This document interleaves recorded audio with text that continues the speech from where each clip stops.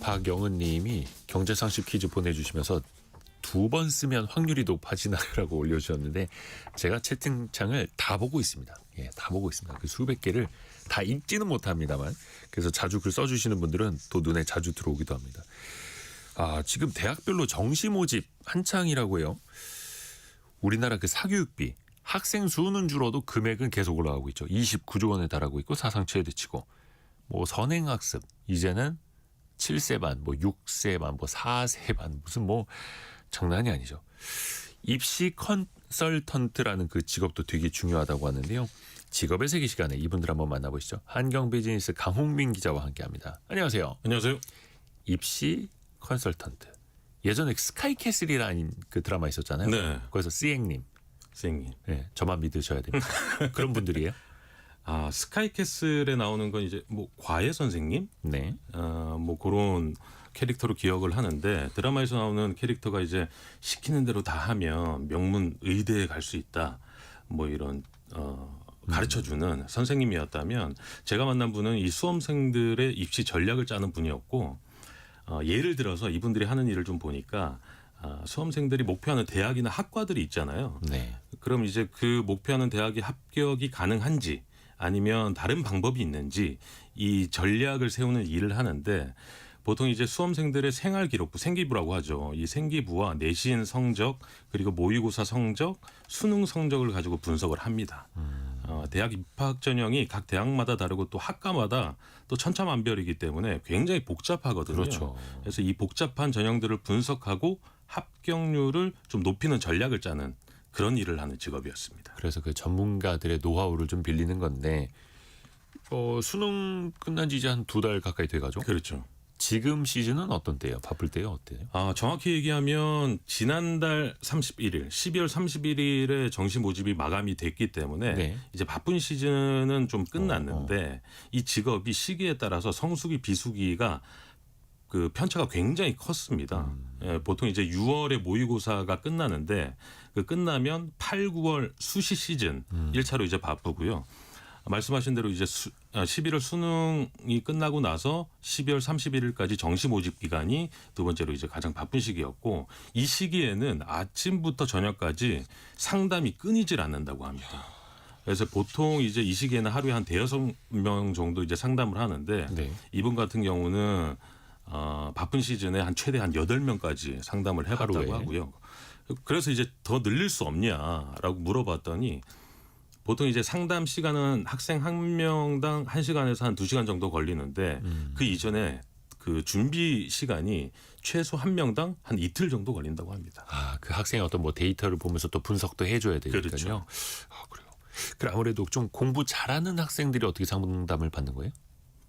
대체로 그 내신 한 2, 3등급의 입시를 앞둔 고3 2, 3등급. 그렇죠. 학생들이 이제 상담을 주로 받는다고 하는데 왜냐하면 이 구간대가 전략을 어떻게 세우느냐에 따라서 결과가 달라질 가능성이 굉장히 높다고 해요. 어차피 1등급, 1등하는 친구들은 갈 때 다 보이고 하니까. 그렇지. 목표치가 어릴 때부터 좀 정해져 있고 8, 9등급은 좀 이제 다소 관심이 좀 없으니까 이 2, 3등급이 대상인데 전체 이 수험생 가운데 이 2, 3등급 학생이 약 한 30% 안팎 정도라고 해요. 그래서 수능 난이도에 따라서 변수가 많기 때문에 혼자서 판단하기 쉽지 않아서 전문가들을 많이 찾는다고 합니다.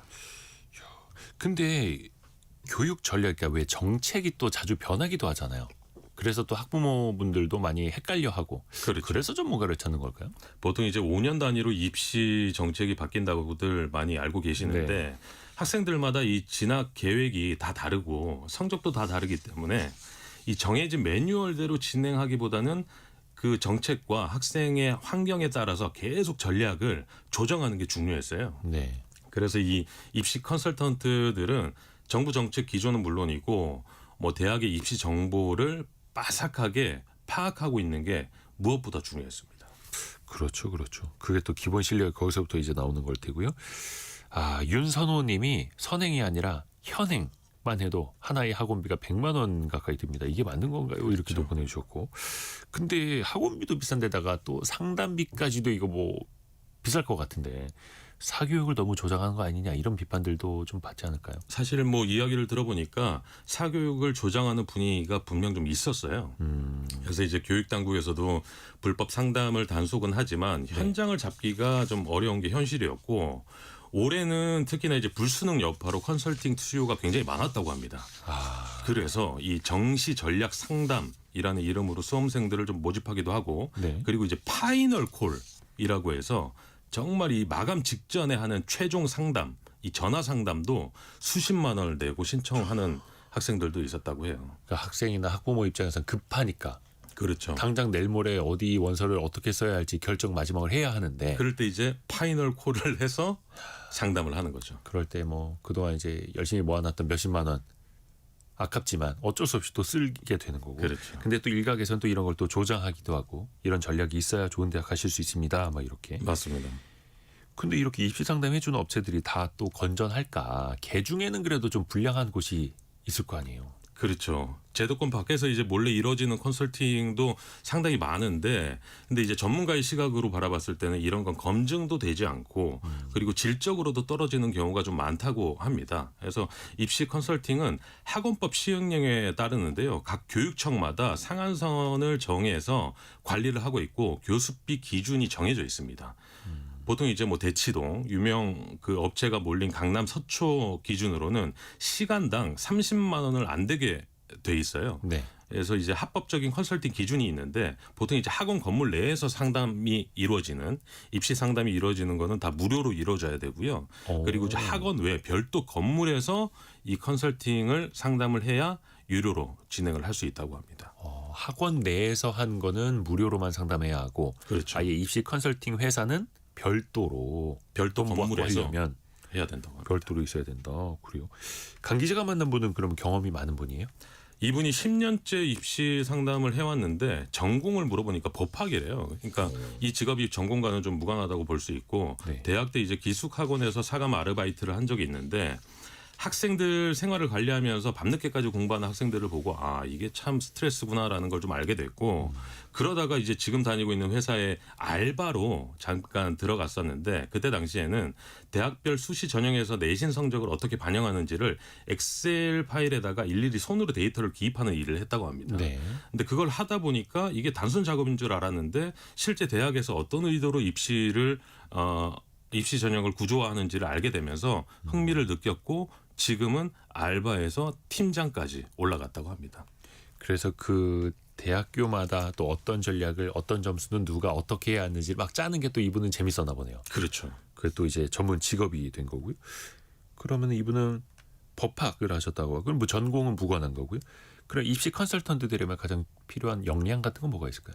이 직업이 말씀드린 대로 이제 전공보다는 현장에서 얼마나 많은 학생들의 사례를 직접 다뤄봤는지 네. 이게 굉장히 중요했는데 그리고 이제 그 과정에서 입시 구조를 얼마나 체화했는지가 중요했고요. 보통 이제 학생과 학부모가 같이 오거든요, 상담을. 그렇기 때문에 이 학생과 학부모의 이 상황을 공감하는 공감 능력도 굉장히 중요했고 여기에서 말씀드린 대로 이제 정보와 데이터를 해석하는 능력 그리고 이제 수학적 사고나 통계 감각이 있으면 도움이 된다고 합니다. 그렇죠. 그리고 또 뭔가 분석적으로 또 상담을 해드려야 그분들이 또 이제 믿고 신뢰하고 또 적지 않은 돈을 받는 거니까. 그렇죠. 직업 전망은 어떻습니까? 입시 컨설턴트. 지금도 실제 업무에서 AI 그 인공지능의 도움을 많이 받고 있다고 합니다. 그래서 장기적으로는 AI가 대체할 가능성이 좀 높아 보였고요. 아까 말씀드린 대로 이제 그 학생과 학부모의 상담을 통해서 전략을 짜는 일이기 때문에 매번 바뀌니까 이 부분은 여전히 사람 그리고 전문가의 몫이 남아 있는 직업이라고 보였습니다. 요게 그 아까 시간당 30만 원 넘으면 안 된다고 말씀해 주셨던가요? 맞습니다. 비용으로? 이게 교육청마다 기준이 좀 다릅니다. 아, 그래요. 지역이랑 교육청마다. 네. 근데 이제 시간당 한도가 30만 원 이렇게 정해져 있으면 아마 그런 것도 있을 것 같아요. 2시간 상담한 걸로 하고 60만 원. 그렇지 않을까요? 그렇죠. 3시간 상담한 걸로 하고 90만 원. 이렇게 또. 근데 또 이렇게 필요한 분들이 또 있으니 이 직업의 세계도 또 한번 또 들어봤습니다. 한경 비즈니스 강홍민 기자 함께했습니다. 고맙습니다. 감사합니다. 감사합니다.